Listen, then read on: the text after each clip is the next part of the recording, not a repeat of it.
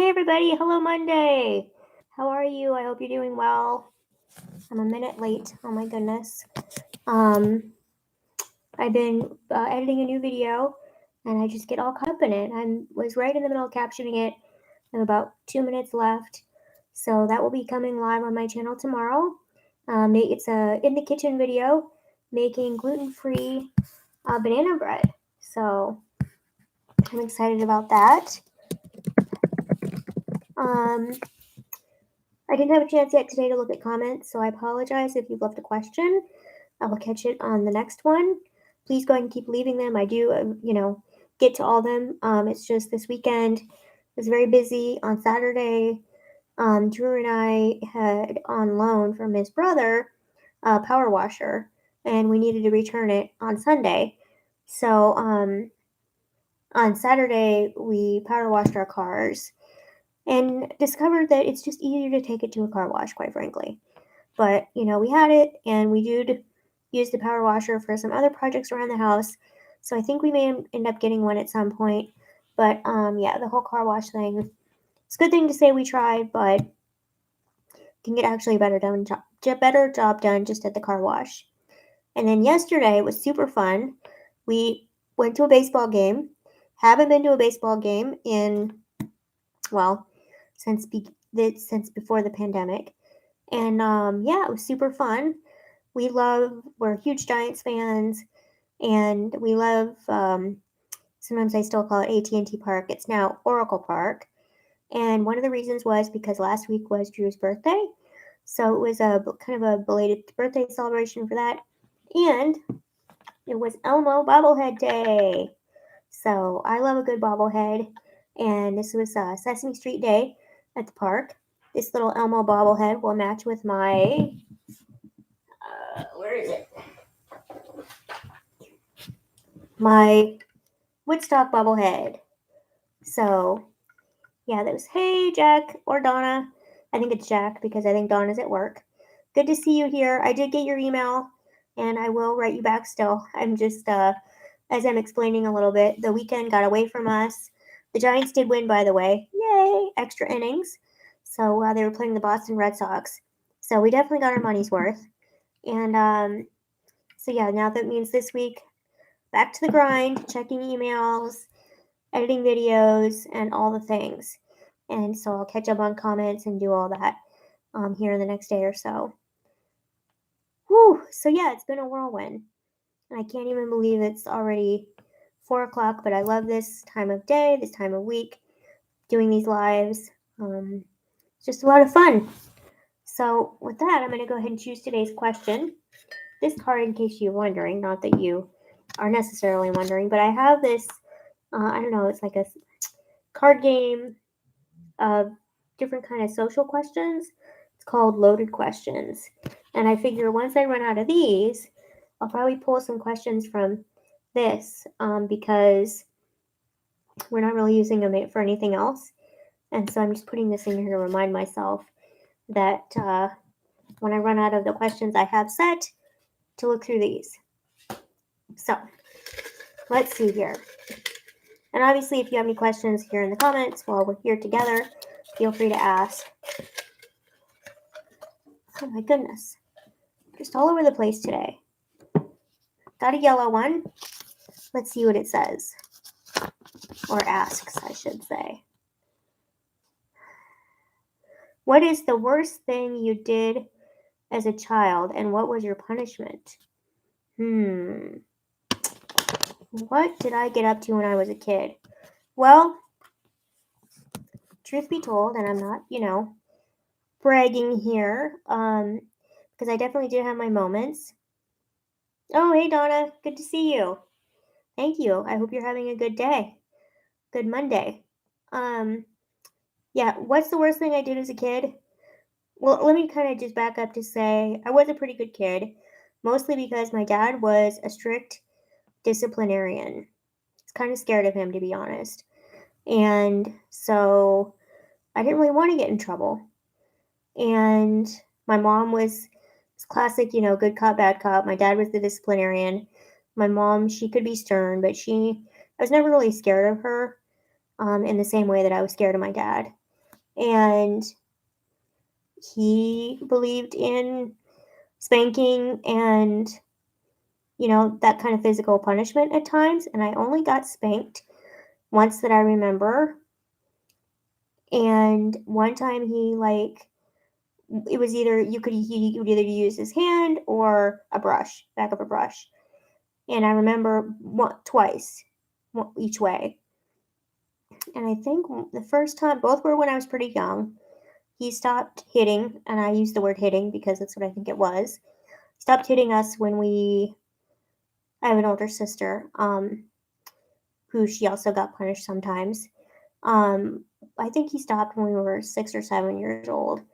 He didn't hit us after that, but I think to get that punishment, one time I sassed him, or I used a curse word. I said something that he just found completely unacceptable.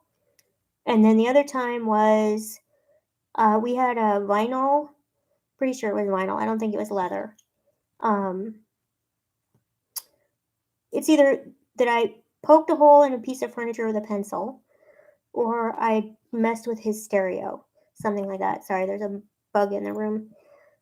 Bug almost flew up my nose. And I tried to lie about it, and he caught me in the lie. And so to teach me a lesson about lying, he spanked me. And yeah, I mean, that was pretty much the worst of it. We didn't get timeouts very much. At least I didn't, because like I said, overall I was a pretty good kid. But I was a kid nonetheless, and I pushed my boundaries. And I wouldn't go so far to say that, we weren't abused at all in any way. But it was still scary. And I think that parents need to acknowledge the trauma they're inflicting on their children when they are hitting them, and be aware of the consequences. Because I really truly was afraid of my dad for many, many years, up until my adulthood. And while that, look, I'm not a parent, so I, don't really feel comfortable judging parenting decisions. But I will say, as a child, being on the other end of that, I don't know. I don't know how much it really helped me. I don't know how much it really, other than making me afraid of my dad.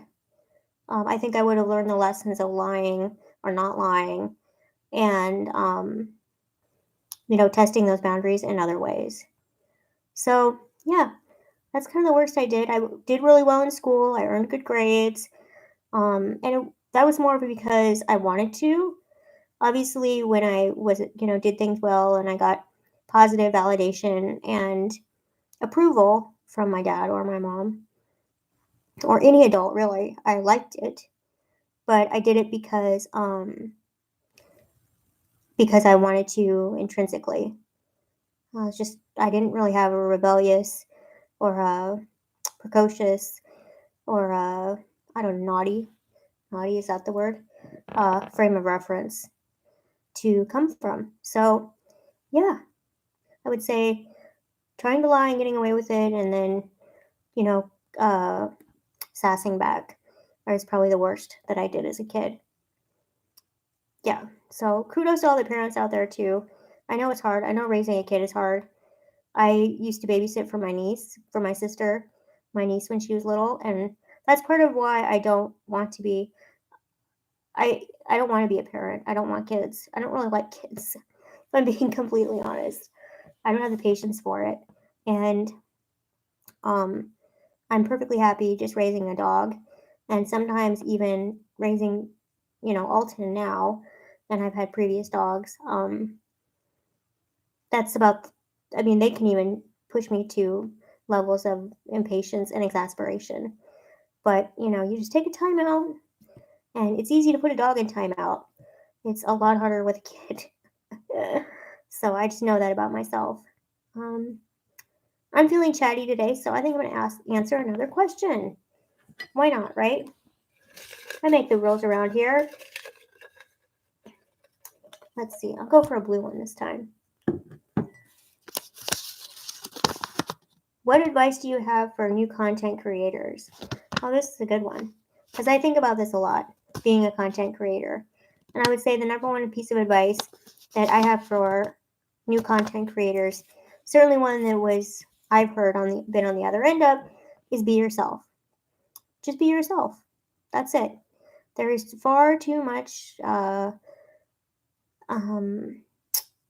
what's the word I'm looking for? Temptation to be somebody you're not, to be something you're not, to try to fit into a mold, to do this or that, and follow all the expert advice.